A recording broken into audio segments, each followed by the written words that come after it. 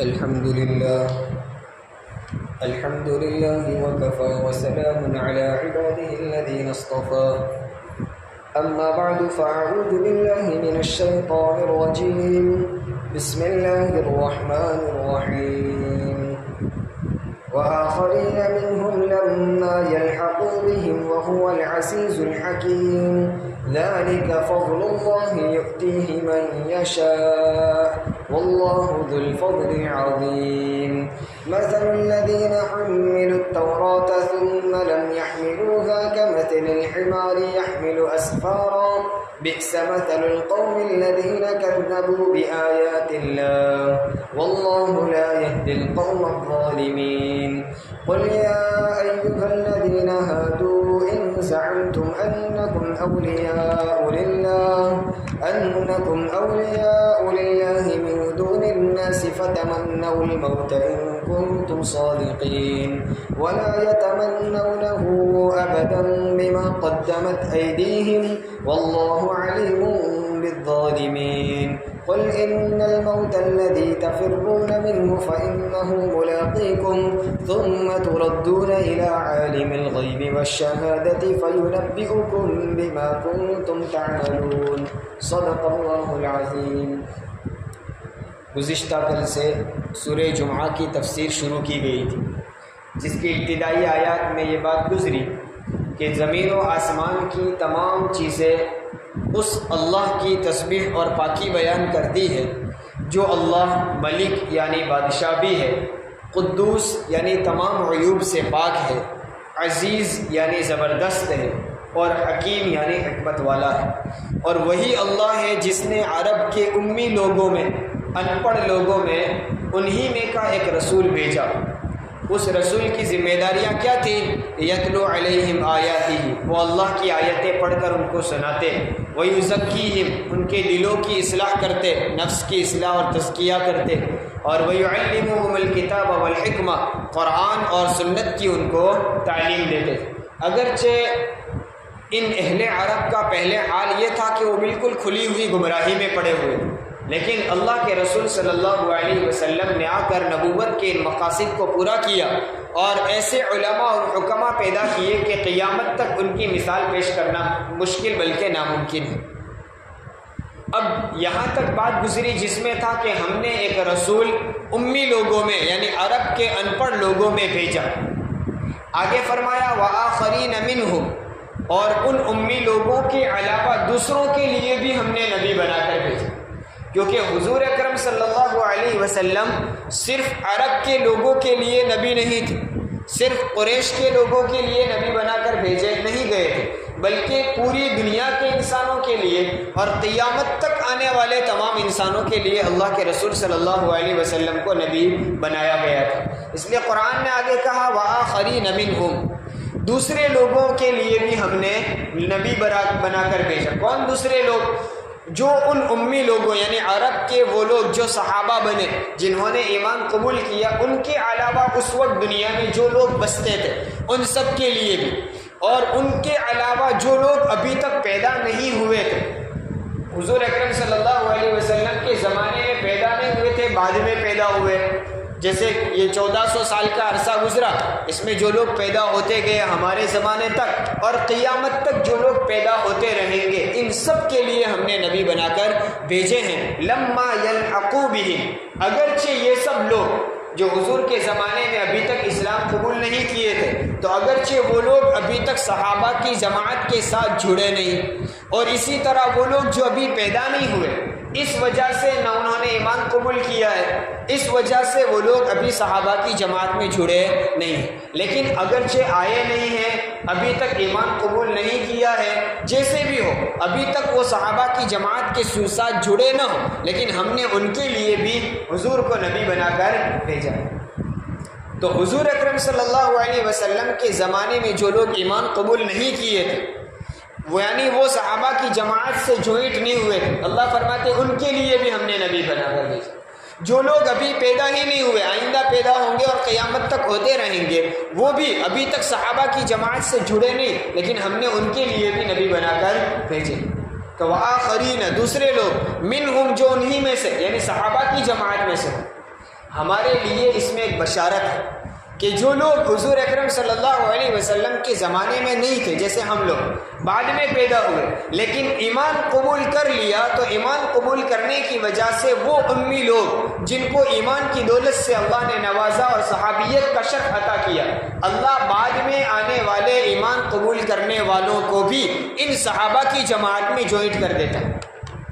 تو ہم سب کو اللہ نے یہ ایک سعادت عطا فرمائی کہ ایمان قبول کیا، حضور کے امت میں پیدا کیا، ایمان قبول کیا اور ہمارا تعلق صحابہ کی جماعت کے ساتھ جوڑ دیا۔ وآخرین منہم لما یلحقوا بہم، جو ابھی تک ان کے ساتھ جڑے نہیں ہیں لیکن ایمان قبول کر لیا تو اب صحابہ کی جماعت کے ساتھ وہ جڑ گئے۔ وہو العزیز الحکیم، اور وہ اللہ زبردست ہے، حکمت والا ہے، یعنی وہ زبردست ہے، اس کے پاس حکمت ہے، وہ جانتا ہے کس کو ایمان کی دولت سے نوازنا اور کس کو نہیں۔ وہ اپنی حکمت کے پیش نظر جسے چاہتا ہے اپنے اس فضل سے نوازتا ہے۔ تو وہو العزیز الحکیم، ذالک کا معنی وہ یعنی کیا؟ اب تک جو لوگ گمراہی میں پڑے ہوئے تھے ان کو ہدایت دینا، جو لوگ ظلمت میں، تاریکی میں، کفر اور شرک کے اندھیرے میں پڑے ہوئے تھے ان کو ایمان کی روشنی اور نور سے نوازنا، جو لوگ اللہ کو چھوڑ کر دوسروں کے سامنے سجدہ کرتے تھے ان کو اللہ کے سامنے سجدے کی توفیق دینا، جو لوگ اب تک اپنے حقیقی مالک کو بھول چکے تھے ان کو اپنے حقیقی مالک کا تعارف کروا دینا، جو لوگ جہنم کے راستے پر چل پڑے تھے ان کو اس راستے سے ہٹا کر جنت کے راستے پر لے آنا، یہ سب کچھ کیا ہے؟ فضل اللہ، یہ سب اللہ کا فضل ہے۔ اور یؤتیہ من یشاء، اللہ جس کو چاہتا ہے عطا کرتا ہے، جسے چاہے اسے کفر کی تاریکی سے نکال کر ایمان کی دولت سے نواز دیتا ہے، جسے چاہے جہنم والے راستے سے ہٹا کر جنت والے راستے پر کھڑا کر دیتا ہے، جسے چاہتا ہے گمراہی سے نکال کر ہدایت والے راستے پر لے آتا ہے۔ یہ یؤتیہ من یشاء، اس سے پتہ چلا ہدایت دینا اللہ کے قبضے میں، وہ جسے چاہتا ہے ہدایت سے نواز دیتا ہے۔ ورنہ بہت سارے وہ لوگ جنہوں نے حضور اکرم صلی اللہ علیہ وسلم کو خود اپنی آنکھوں سے دیکھا اور آپ کی پوری زندگی سے وہ واقف تھے، آپ کی سچائی اور صداقت بھی وہ جانتے تھے، اس کے باوجود انہوں نے ایمان قبول نہیں کی۔ ابو جہل کون تھا؟ حضور کی ذات سے کوئی ناواقف نہیں تھا۔ ابو لہب آپ کا چچا تھا، ایسا نہیں تھا کہ حضور اکرم صلی اللہ علیہ وسلم کو نہیں پہچانتا لیکن ایمان قبول نہیں کی۔ اس سے بڑھ کر ابو طالب نے حضور اکرم صلی اللہ علیہ وسلم کی پوری زندگی خدمت کی، ہر موڑ پر آپ کا ساتھ دیا، ہر جگہ آپ کا تعاون کیا، لیکن ہدایت نہیں ملی، ایمان قبول نہیں کیا۔ آخر لمحے میں، زندگی کی آخری سانسوں میں حضور اکرم صلی اللہ علیہ وسلم نے اس وقت بھی دعوت دی اور فرمایا کہ کم از کم آپ میرے کان میں کلمہ پڑھ دیجیے، ایک مرتبہ کلمہ پڑھ دیجیے تاکہ آخرت میں آپ کے لیے سفارش کر سکوں، شفاعت کر سکوں۔ لیکن دوسرے لوگوں نے عار دلائی، شرم دلائی کہ ابو طالب مرتے مرتے اپنے بھتیجے کا کلمہ پڑھ لو گے تو عرب کی عورتیں کیا باتیں کرے گی کہ یہ ابو طالب اپنے بھتیجے کے دین سے ڈر گیا اور اپنے باپ دادا کے دین کو چھوڑ کر بھتیجے کا دین اختیار کر لیا۔ تو ابو طالب نے کیا کہا؟ اخترت العار علی النار، میں اخترت النار علی العار، میں شرم کے مقابلے میں جہنم کی آگ کو اختیار کرتا ہوں۔ توفیق نہیں ملی، ہدایت نہیں ملی، آپ کا تعاون کرنے کی وجہ سے آخرت میں ان کو سب سے ہلکا عذاب ہوگا، لیکن وہ ایمان کی دولت سے محروم رہنے کی وجہ سے آخرت میں نجات نہیں پا سکتے۔ تو ذالک فضل اللہ یؤتیہ من یشاء، یہ ہدایت کا مل جانا، ایمان کی دولت کا مل جانا، گمراہی سے نکل کر صحیح راستے پر آ جانا، یہ سب اللہ کا فضل ہے، وہ جسے چاہتا ہے عطا کرتا ہے۔ واللہ ذو الفضل العظیم، اور اللہ بڑے فضل والا ہے، اس کا فضل تو بہت بڑا ہے، وہ چاہے تو سب کو ایمان کی دولت سے نوازے، ساری انسانیت کو ہدایت کا راستہ پر کھڑا کر دے، وہ چاہے تو کر سکتا ہے، لیکن اس کی حکمت کے پیش نظر وہ بعض کو توفیق دیتا ہے، بعض کو نہیں دیتا۔ تو جسے اللہ ہدایت دے دے، جسے اللہ نوازنا چاہے اس کو نواز دیتا ہے۔ جیسا کہ ابھی اوپر گزرا کہ ہم نے امی لوگوں میں ایک رسول کو امی رسول کو ہم نے بھیجا، وہ ان پڑھ تھے، لکھنا پڑھنا بھی نہیں جانتے تھے، اور سالہ سال سے ان کے باپ دادا بتوں کی پتھروں کی پوجا کرتے آ رہے تھے. ان کے دلوں میں ان پتھروں کی ان بتوں کی عقیدت محبت بیٹھ چکی تھی. ظاہر میں یوں لگتا تھا کہ یہ لوگ مانیں گے ہی نہیں، اور ویسے وہ قوم بھی بڑی ہٹ دھرم تھی.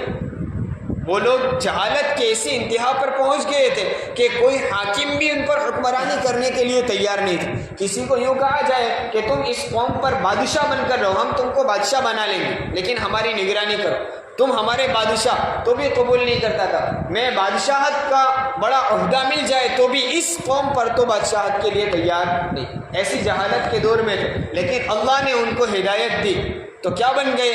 صحابی رسول بن گئے، رضی اللہ عنہم ورضوا عنہ کا مژدہ مل گئے. اور اس کے برخلاف وہ لوگ جن کے پاس اللہ کی ایک آسمانی کتاب ان کے پاس تھی، یعنی یہود جن کے پاس توریت تھی، موسیٰ علیہ السلام کو وہ مانتے تھے، یعنی وہ اہل علم تھے اور وہ اللہ کے دین کو سمجھنے کی صلاحیت رکھتے تھے، ان کے پاس علم تھا اور توریت ان کے پاس کتاب تھی، اور اس میں حضور اکرم صلی اللہ علیہ وسلم کی ساری نشانیاں کھول کھول کر بیان کی گئی کہ نبی آخر الزماں آئیں گے، ان کی فلاں فلاں نشانیاں ہوگی. اور وہاں توریت میں یہ بھی لکھا تھا کہ جب وہ نبی آخر الزماں آئے تو تم ان پر ایمان قبول کر لینا، ان کے ہاتھ پر اسلام قبول کر لینا. یہ توریت ہی کا حکم تھا جو ان کی کتاب تھی. لیکن کیا ہوا؟ ہدایت نہیں ملی.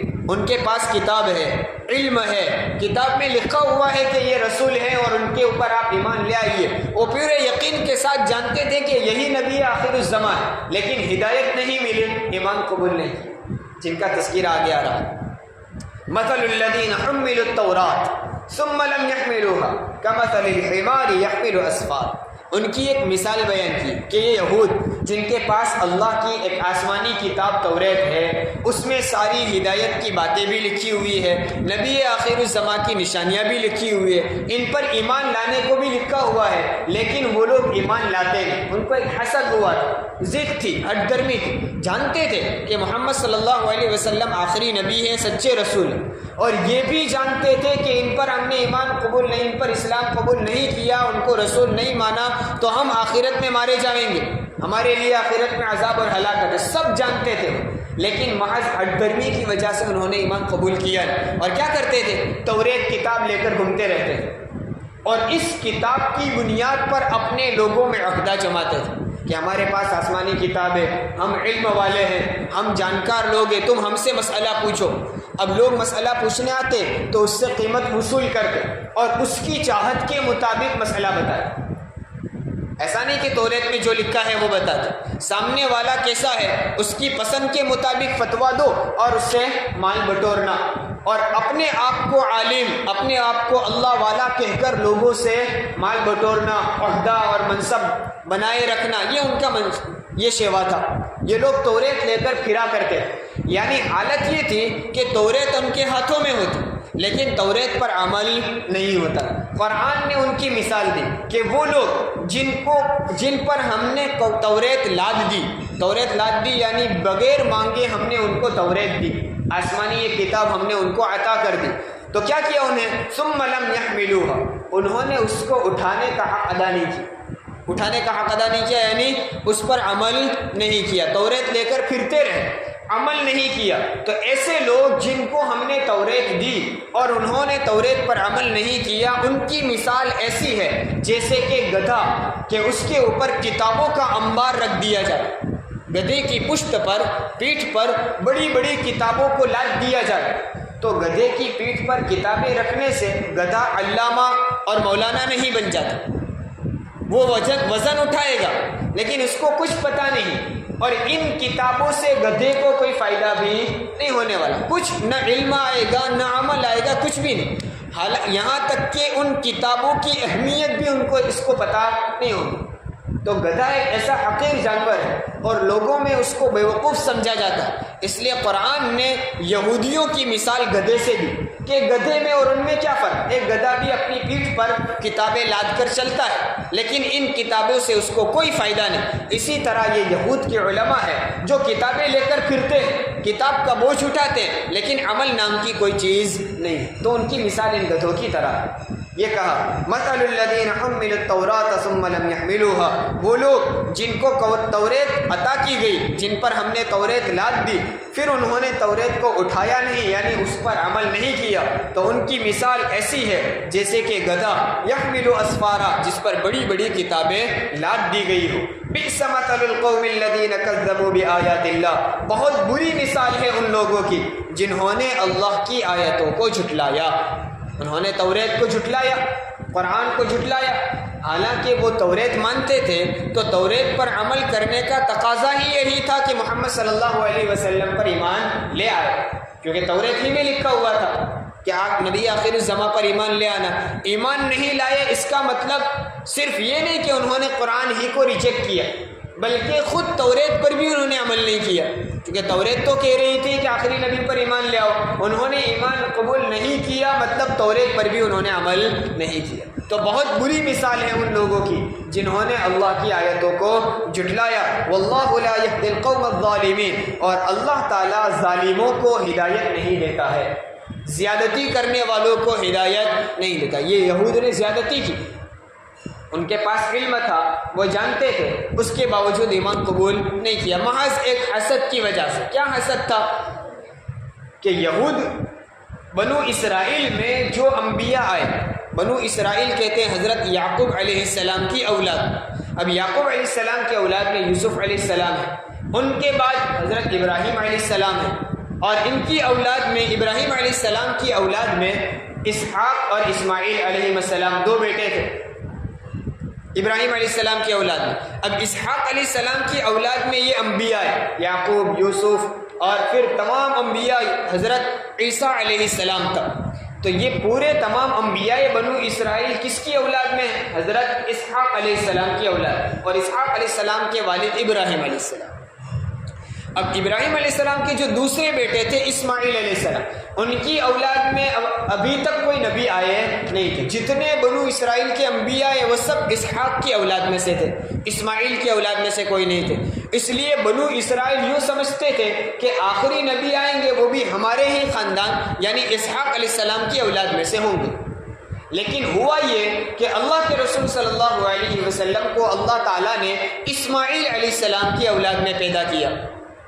اب بنو اسرائیل جانتے تھے کہ یہ سچے نبی ہے اور ان پر ایمان لانا ضروری ہے، نہیں لائیں گے تو ہم ہلاک ہو جائیں گے، سب معلوم تھا۔ لیکن صرف اس بات کا حسد تھا کہ اتنے سینکڑوں انبیاء بنو اسرائیل کے اسحاق علیہ السلام کی اولاد میں سے آئے، ہمارے خاندان میں یہ نبوت کا سلسلہ چلتا تھا، تو آخری نبی اسماعیل کی اولاد میں سے کیوں؟ ان کو ہضم نہیں ہوا، برداشت نہیں ہوا۔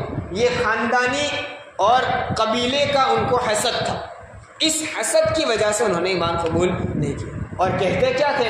نحن ابناء اللہ واحبہ، ہم تو اللہ کے بیٹے ہیں اور ہم تو اللہ کے محبوب ہیں، لاڈلے ہیں، پسندیدہ لوگوں میں سے۔ تم کیا جانو، ہم تو اللہ کے مقبول بندوں میں سے۔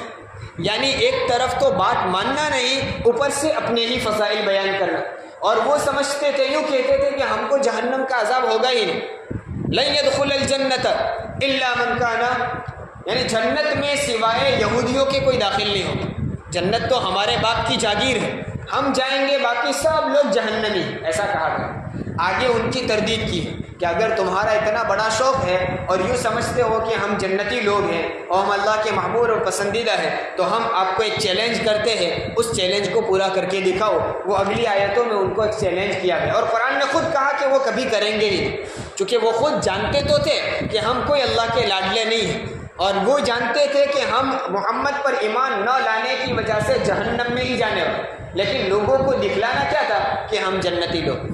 تو اگلی آیت میں ان پر ایک دعویٰ کیا گیا ہے، ایک ڈیمانڈ کی گئی ہے کہ آپ اس بات کو قبول کرو اگر اپنے دعوے میں سچے ہو، جس کی تفصیل انشاءاللہ آئندہ مجلس میں پیش۔ سبحان اللہ۔